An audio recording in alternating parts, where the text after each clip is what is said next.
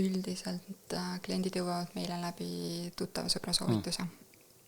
Et ilmselt ikkagi see on see kogemuse osa, et ongi. Keegi võib mingi väga hea toote või teenusega käia tänaval ringi plakatiga vehkida mulle, selles mõttes, kui ma ise ennast sellega ära ei seosta, ma ei saa sellest aru, siis ma ei, see ju me kõik oleme scrollinud ja need lihtsalt teemale lükanud, eks ju.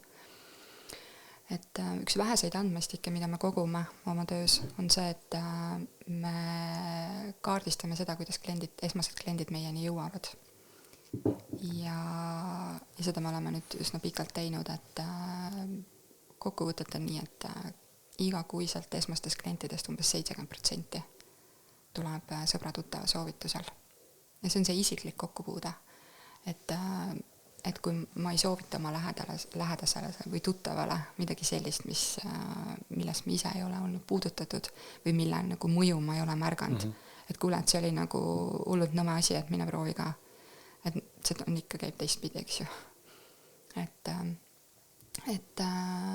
see on see, et miks ma peaks minema, see sageli juhtub lihtsalt praegu siin kultuuriruumis nii, et see toimub läbi sõbra tuttava soovituse.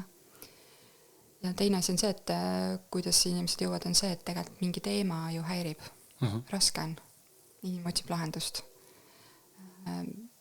Ta lihtsalt ei vali vaikimisi kannatada, on ju, vaid et ta otsib oma murele lahendust ja siis on see teine kanal on see, et guugeldatakse, otsitakse lahendust ja sealt tuleb siis vastus, inimene loeb,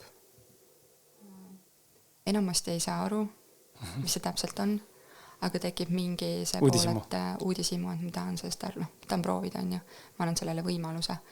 Ja siis nad jõuavad niipidi.